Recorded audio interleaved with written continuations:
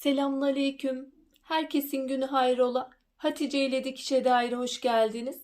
Bugün sizlerle birlikte 3 katlı etek dikimini göstermeye çalışacağım inşallah. Kumaş olarak istediğiniz kumaş türünü kullanabilirsiniz.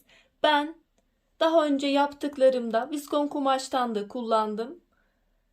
Şifon kumaşlardan da, krep kumaşlardan da, yani dökümlü olması yeterli. İstediğiniz kumaşı kullanabilirsiniz. Yeni başlayan arkadaşlar için çok ayrıntılı bir videom var 3 katlı etek dikiminde. Onun linkini bırakacağım. Oradan arzu eden arkadaşlar detaylarına daha da iyi bakabilir. Burada bizim ilk yapmamız gereken birinci katın ölçüsünü belirlemek. Birinci katın ölçüsünü de basen ölçüsünü baz alarak yapıyoruz. Basen alıyoruz. Artı dikiş artı bolluk payı. Baseni 94 aldım. Artı 2 dikiş artı 2 bolluk payı. Buna birinci katı bu şekilde alıyoruz. Birinci katta büzgü işlemi yapmıyoruz. İkinci kat ve üçüncü katlarda büzgü işlemlerimiz oluyor. Bu büzgüyü de 1'e 2 ölçüsünde farklı kumaş gidiyor. 1'e 1,5 ölçüsünde farklı kumaş gidiyor.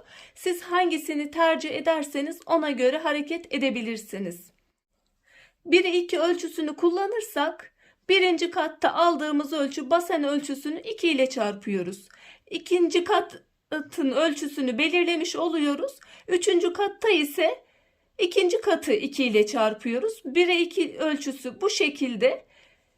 1'e 1,5 ölçüsü ise baseni birinci katta belirledik. Basen ölçüsünü aldık. Ondan sonra ikinci kata baseni alıyoruz. Artı basenin yarısı kadar kumaş alıyoruz. Burada 94 aldım. Basenin yarısı 47. Toplamında 141 santim. 1 santimini çıkardım. 140 santim kumaş gidiyor. Üçüncü katı ise ikinci katın ölçüsünü baz alıyoruz. İkinci katı alıyoruz. Artı ikinci katın yarısı kadar kumaş alıyoruz. Burada toplamda üçüncü kat için 210 santim kumaşa ihtiyacım oluyor. 1'e 2 ölçüsü de aynı şekilde, sadece 1'e 2 ölçüsünü kullanıyoruz. Açıklama bölümüne bıraktığım etekte 1'e 2 ölçüsünü kullanmıştım. Bu etekte 1'e 1,5 ölçüsünü kullanacağım. Katların boylarını ise birinci katı 31 olarak alabilirsiniz ortalama olarak. Daha da düşürebilirsiniz ama fazlalaştırmayın. İkinci ve üçüncü katların ölçülerini ise kendi boyunuza göre ayarlayacaksınız. Kendi etek boyunuzdan birinci katın ölçüsünü çıkarıp artı bir de katlamalar oluyor. Çalışmamıza geçmeden önce kanalıma da ücretsiz bir şekilde abone olup yandaki zili de aktif hale getirirseniz yüklediğim tüm videolardan haberdar olabilirsiniz. Bizi Instagram'dan da takip edebilirsiniz, Hatice ile hesabından. Oradan da isteklerinizi ulaştırabilirsiniz. Elimizden geldiği kadar yardımcı olmaya çalışıyoruz. Ayrıca videoları da beğenerek sosyal medya hesaplarından da paylaşırsanız bana da destek vermiş olursunuz. Şimdi çalışmamıza geçelim. Ben kumaşlarımı kestim, hazırladım.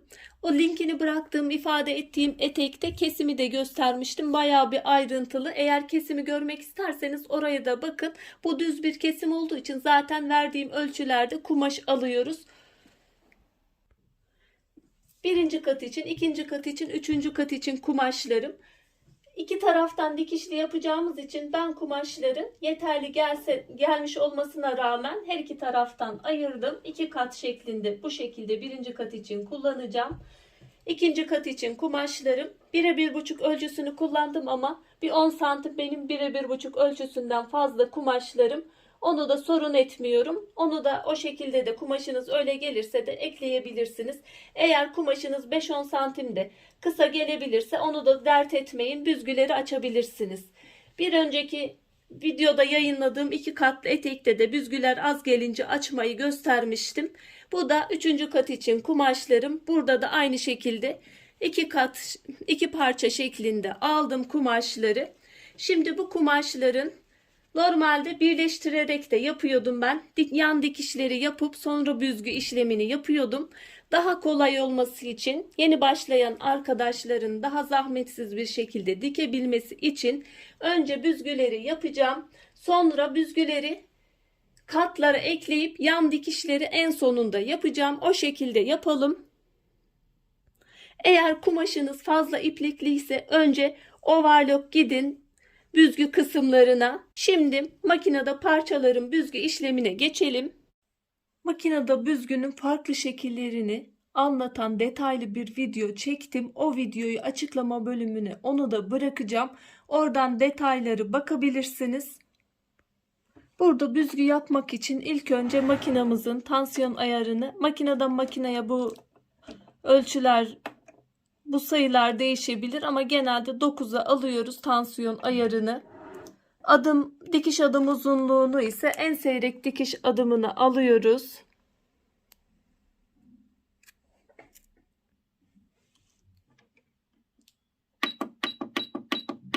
Benim makinem en yüksek olarak 4,5 vermiş. Yani seyrek bir dikişte dikiyoruz. Ayrıca ipliğimizi ilk önce uzun bir şekilde bırakıyoruz. Bunu da büzgü ayarında kullanacağız. Başlarken de pekiştirme düğmesini kullanmıyoruz. Pekiştirmiyoruz. Bu şekilde büzmeye başlıyorum. Makine kendiliğinden büzüyor. Büzgünün kalitesi de makineye bağlı, bir de kumaşa bağlı. Bazı kumaşlar çok güzel büzüyor. Şu büzülebiliyor. Elimdeki kumaş da o şekilde. Tok kumaşlar çok iyi sonuç elde edilemiyor büzgüde. Ama ince şifon, tül kumaşlarda, ince kumaşlarda çok güzel büzgü elde edilebiliyor. Yani makinenin büzgü kalitesine bağlı. Çok iyi kaliteli makinalarda da büzgü çok iyi elde edemeyebiliriz. Benim önceki makinam daha da kaliteli, çok güzel bir makinaydı. Fakat büzgüsü hiç güzel değildi.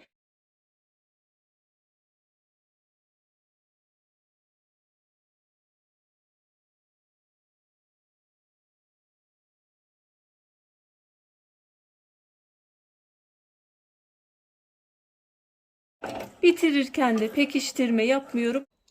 İpleri oldukça uzun bıraktım. Çünkü büzgüleri nasıl açılır onu da göstermek istiyorum. Benim makinamda daha düşük ayarda da büzebilirdim bu kumaşı.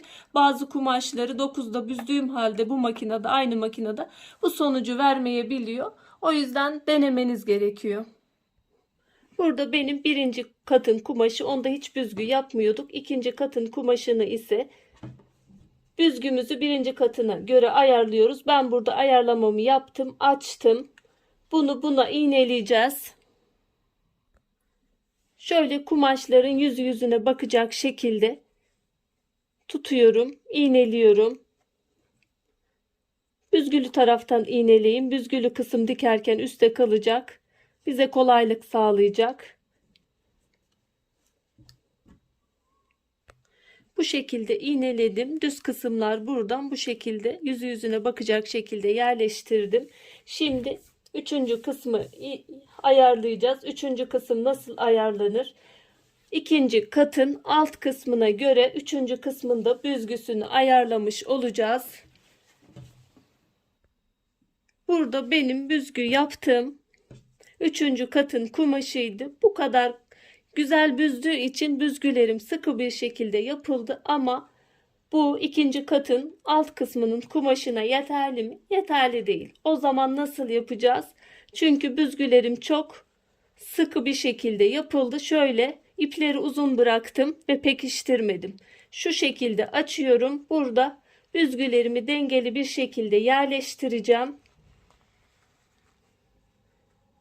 Şimdi arkadaşlar bazen ben burada daha düşük ayarda da büzgüyü yapabilirdim, denk getirebilirdim. Fakat arkadaşlar nasıl ayarlayacağız diye genelde sorular geliyor. Bunlara cevap verebilmek için bu şekilde yaptım. Çünkü her makinenin büzgü ayarı bir değil. Ben ne kadar cevap verirsem vereyim anlaşılmayacaktır. Çünkü makinenin ne kadar iyi büzgü yaptığını bilemeyebilirim. Çünkü elimizdekine göre hareket etmemiz gerekiyor. Bu şekilde rahatlıkla açabiliyorum. Bunun tam tersi de yapılabilir tabii ki de.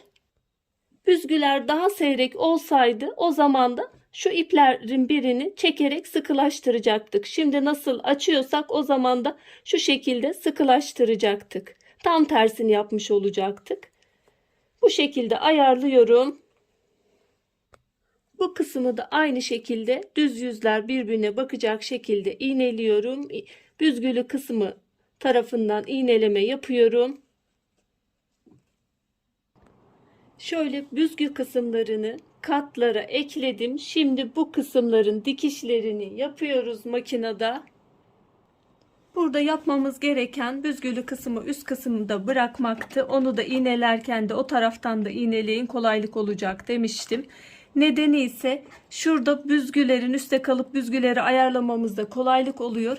Bir de şurada büzgü dikişinin iç tarafından dikeceğiz. Dış tarafından dikersek arkadan gözükecektir dikişimiz. O yüzden büzgü dikişinin iç tarafından dikiyoruz.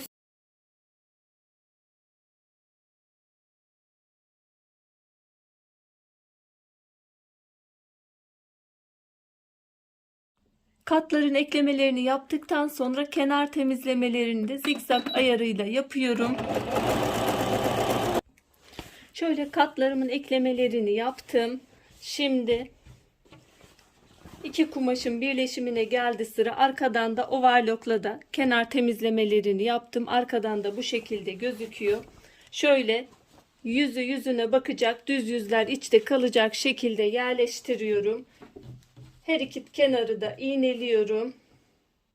Burada dikkat edilmesi gereken, şöyle dikişi dikişe denk getiriyorum. Zaten sorunsuz bir şekilde kesim yaptık ve ilk dikişlerimiz güzelse sorun olmayacaktır.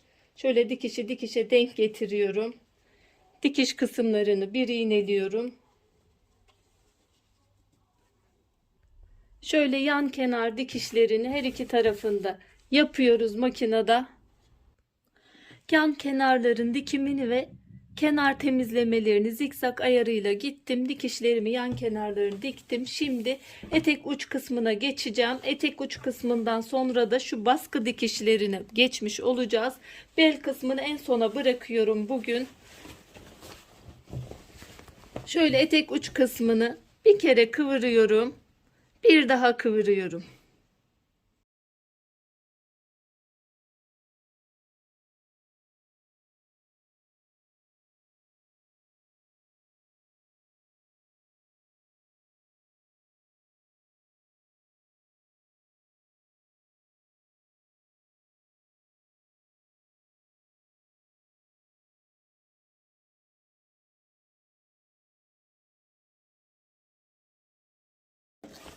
Şimdi şu kısımlara baskı dikişi uygulayacağız ama ben baskı dikişinin yerine,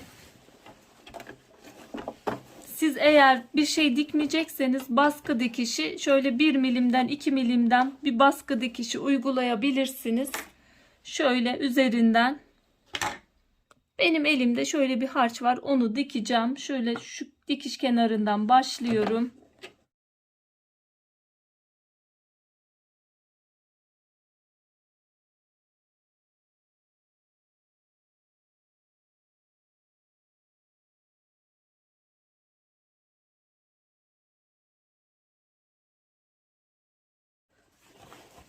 Alt katın baskı dikişini bu şekilde uyguladım. Şimdi üst tarafı da aynı şekilde yapacağım. Etek uç dikişlerimizi diktik bu şekilde.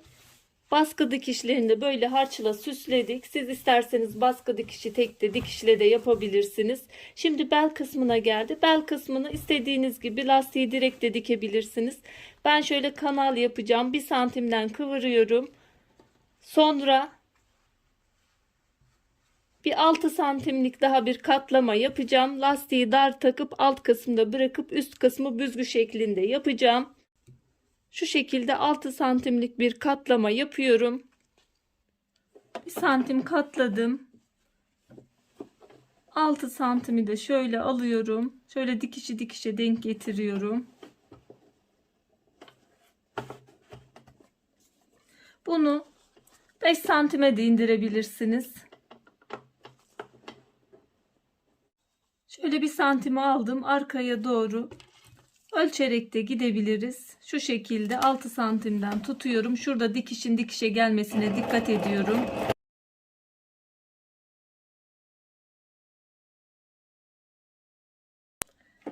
Lastik geçirmek için küçük bir kısım bıraktım. Şimdi ikinci dikişimi ilk dikişin üst tarafından tekrar bir dikiş daha yapacağım. Bu dikişin genişliğini lastiğimin genişliğine göre yapıyorum. Ben 2 santimlik bir lastik geçiriyorum. 2,5 santime yakın, yani 1-2 milim fazla bir boşluk bırakarak 2,5 santimden dikişimi yapıyorum. Lastiğim içinde rahat bir şekilde kalacak şekilde devam ediyorum.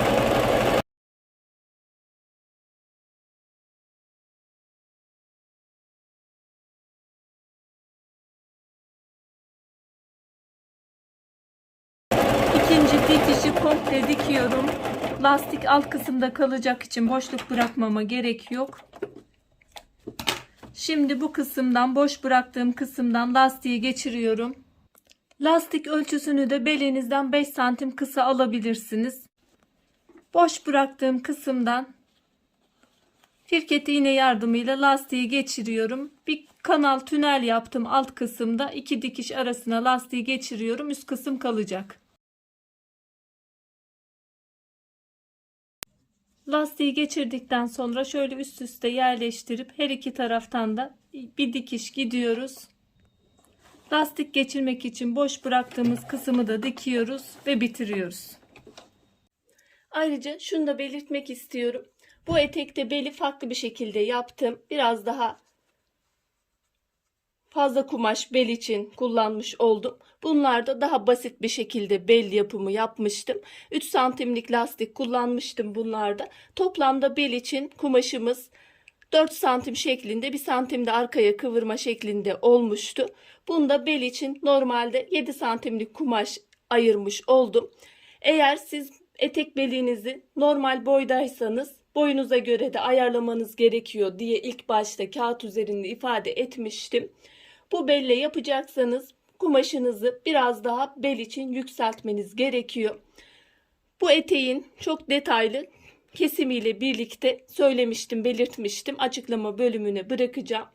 Bunun 1'e 1,5 ölçüsünü değil de ilk 1'e 2 ölçüsünü bu etekte kullanmıştım büzgülerde. Bunda ise 1'e 1,5 ölçüsünü kullandım. Biraz daha farklı, bel olarak farklı. Boyunuzu kendi boyunuza göre almanız gerekiyor. Bu şekilde yapacaksanız 31 santim ilk şey için yeterli oluyor normal boydaysanız. Burada benim anlatmak istediğim ilk bölümde 31 santimi alıyoruz. İlk bu şekilde lastiğini böyle basit bel yapacaksak 31 santim yeterli geliyor. Eğer bu şekilde bir bel yapacaksanız bunun fazlalık katlama payını da ekstradan dahil etmeniz gerekiyor. Burada 4 santimlik bir katlama oluyor. Burada 7 santim. Yani 31'in üzerine bu şekilde normal boyunuz varsa bu şekilde yapacaksanız 31'in üzerine 3 santim daha eklemeniz gerekmektedir. Bu eteklerin de linklerini bırakırım açıklama bölümüne. Oradan bakabilirsiniz. Bu kısımda umarım anlaşılmıştır. Böyle diğer etekler üzerinden de ifade etmek istedim. Daha iyi net anlaşılması için. Ben çalışmamı bitirdim. Eteğimin son şekli bu şekilde. Baskı dikişlerine harç uyguladım. Umarım faydalı bir çalışma olmuştur. Yapmak isteyen, denemek isteyen arkadaşlara kolaylıklar diliyorum. Allah'a emanet olun. Hoşça kalın. Sağlıcakla kalın.